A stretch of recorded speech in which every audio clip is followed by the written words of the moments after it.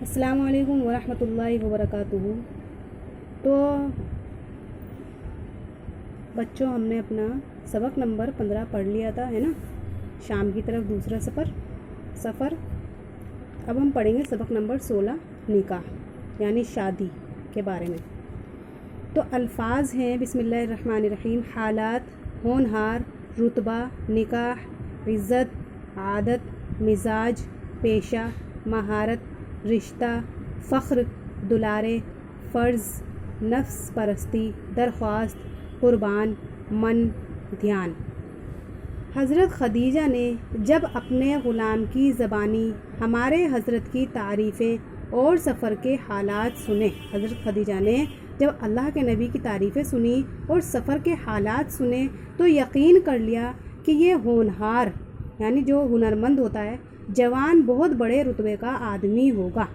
حضرت خدیجہ کی طرف سے نکاح کا اشارہ کرا دیا گیا۔ کیا کہہ رہے ہیں؟ جب حضرت خدیجہ نے ان کی تعریفیں سنی تو کیا سوچا کہ یہ ہونہار بہت بڑے رتبے کا آدمی ہوگا، اور حضرت خدیجہ کی طرف سے نکاح کا اشارہ کرا دیا گیا۔ اگرچہ حضرت خدیجہ کی عمر 40 سال تھی اور ہمارے حضرت نوجوان تھے۔ حضرت خدیجہ کی عمر تو 40 سال تھی اور ہمارے حضرت نوجوان 25 برس کے تھے، 25 برس کی عمر تھی، اور ہمارے حضرت کا خاندان ایسا کہ سارا عرب اس کی عزت کرتا تھا۔ ہمارے حضرت کا خاندان ایسا کہ سارا عرب اس کی عزت کرتا تھا۔ عادت، مزاج ایسے کہ بوڑھے ادب کرتے، ادب کی وجہ سے نام نہ لیتے، امین صادق کہتے تھے اللہ کے نبی کو۔ تجارت سب سے بہتر پیشہ تھا۔ اس سفر سے یہ بھی اندازہ ہو گیا تھا کہ آپ کو تجارت میں کتنی مہارت ہے۔ غرض آپ جس عورت کے لیے اشارہ کرتے اس کے ماں باپ سو جان سے منظور کرتے۔ کیا کہہ رہے ہیں؟ اللہ کے نبی جس بھی عورت کی طرف اگر اشارہ کرتے تو اس کے ماں باپ سو جان سے منظور کرتے اور اس رشتے پر فخر کرتے، مگر اللہ والے دلارے محمد صلی اللہ علیہ وسلم کو صرف گھر بسانا تھا، زندگی کا ایک فرض پورا کرنا تھا۔ آپ نے یہ درخواست منظور کر لی، نکاح ہو گیا، اولاد ہوئی۔ عادتیں کچھ ایسی پیاری تھیں کہ جوں دن گزرتے رہے، یعنی جیسے جیسے دن گزرتے جاتے، حضرت خدیجہ پیارے محمد صلی اللہ علیہ وسلم پر سو جان سے قربان ہوتی جاتی۔ کیا ہے؟ اللہ کے نبی اتنے اس طریقے کے انسان تھے، اس قدر کے ماشاءاللہ کہ آپ کی تعریفیں تھیں، اتنی مہارت آپ کو حاصل تھی، اور اس تجارت کے پیشے سے بھی خوب آپ اچھی طرح واقف تھے، اور آپ کا خاندان، آپ کے عادت، مزاج سب ہی اتنا اچھا تھا کہ آپ کے جو ہے بوڑھے بھی آپ کا ادب کر دیتے، ادب کی وجہ سے آپ کا نام نہیں لیتے تھے۔ کہہ رہے ہیں کہ اگر اللہ کے نبی کسی کی طرف بھی کہہ دیتے کہ مجھ سے اس سے شادی کرنی ہے تو ان کے ماں باپ آپ پر سو جان سے قربان ہو جاتے، مگر اللہ کے نبی کیا کہہ رہے ہیں؟ مجھے صرف گھر بسانا تھا، زندگی کا ایک فرض پورا کرنا تھا۔ اس وجہ سے اللہ کے نبی نے حضرت خدیجہ کی درخواست منظور کر لی، نکاح ہو گیا، اولادیں ہو گئیں، اور جیسے جیسے دن گزرتے گئے پیارے محمد صلی اللہ علیہ وسلم پر حضرت خدیجہ سو جان سے قربان ہوتی جاتی، مگر آپ اپنا من خدا کے دھیان میں لگاتے جاتے۔ یہ من لگی ایسی بڑی کہ آپ اکثر حرا پہاڑ کے اوپر ایک کوہ میں یعنی ایک غار میں رہنے لگے، جہاں سے خانہ کعبہ یعنی اللہ کا گھر بھی نظر آتا تھا۔ اس غار میں خدا کی یاد کرتے۔ حضرت خدیجہ وہیں کھانا پہنچا دیتی، کبھی آپ خود کھاتے اور کچھ کھانا لے جاتے۔ کبھی تو حضرت خدیجہ اللہ کے نبی کو کھانا پہنچا دیتی تھی، کبھی اللہ کے نبی آتے اور خود اپنے ساتھ کھانا بھی لے جاتے تھے۔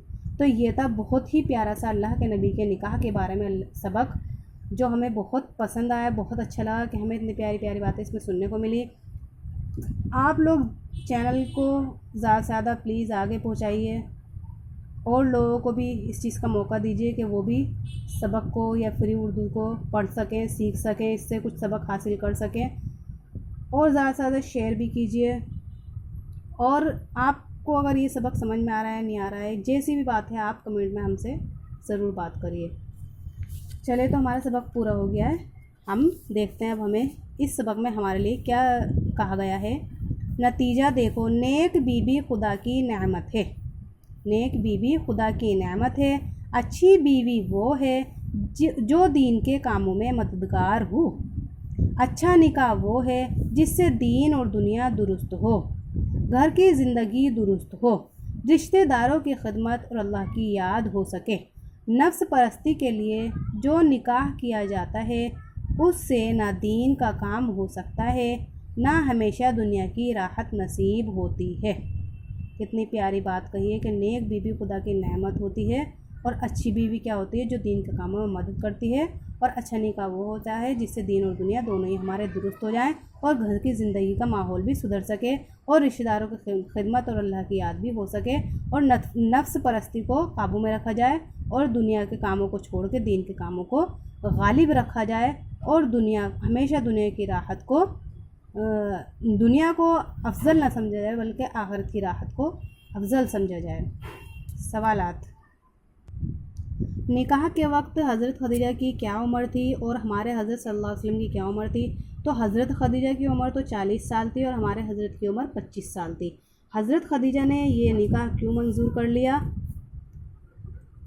کیونکہ آپ کی جو ہے عادت، اخلاق اور آپ کی مہارت، آپ کی کیا نام ہے جی، آپ نے کیا سوچا یہ جو آدمی ہے بہت بڑے یہ رہا۔ جب حضرت خدیجہ کو ہمارے حضرت کی زبانی تعریفیں پتہ چلی اور آپ نے دیکھا کہ یہ نوجوان بہت بڑے رتبے کا آدمی ہو، تو حضرت خدیجہ نے نکاح کا اشارہ کرا دیا۔